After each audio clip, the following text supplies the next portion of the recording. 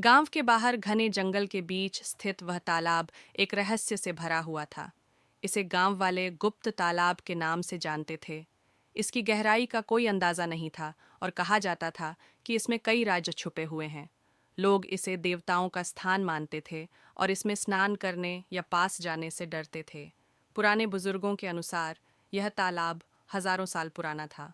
पौराणिक कथाओं में कहा गया था कि यह तालाब किसी राजा के खजाने को छिपाने के लिए बनाया गया था। उस राजा ने अपने खजाने की रक्षा के लिए एक श्राप दिया था कि जो कोई भी तालाब के पास जाएगा वह गायब हो जाएगा। गांव के बुजुर्ग अक्सर युवाओं को चेतावनी देते थे कि तालाब के पास जाने की कोशिश न करें। परंतु जैसे जैसे समय बीतता गया, युवाओं में जिज्ञासा बढ़ती गई।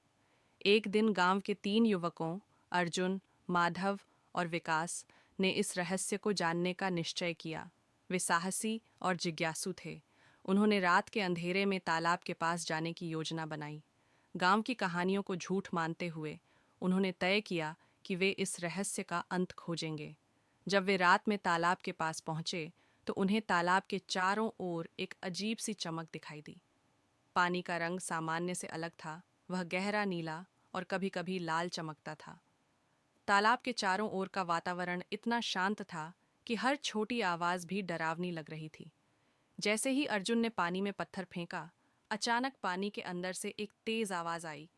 तीनों डर गए, लेकिन माधव ने साहस दिखाते हुए कहा, यह केवल हमारा भ्रम है।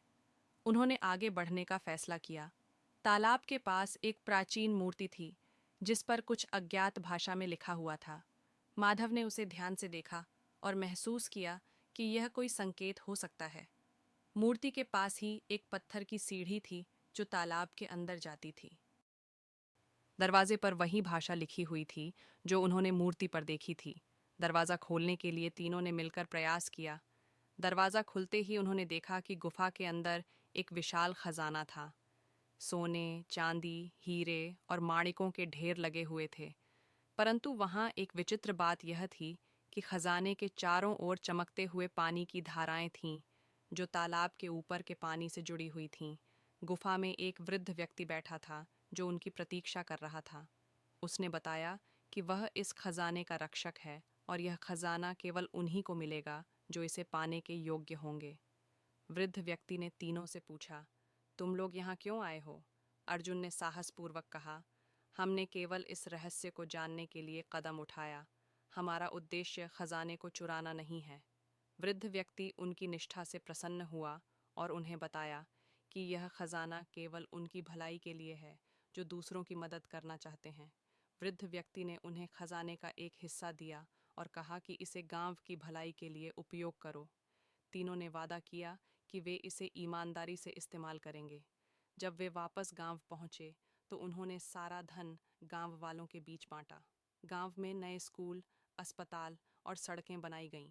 कुछ दिनों बाद तीनों युवक वापस तालाब के पास गए, लेकिन वह गुफा और खजाना गायब हो चुके थे। तब उन्हें एहसास हुआ कि वह तालाब वास्तव में एक दैवीय स्थान है जो केवल सच्चे इरादों वाले लोगों को ही दिखाई देता है। गुप्त तालाब का रहस्य आज भी गांव वालों के बीच चर्चा का विषय है। कोई नहीं जानता कि वह खजाना सच में था या तीनों युवकों की कल्पना, लेकिन इसने गांव का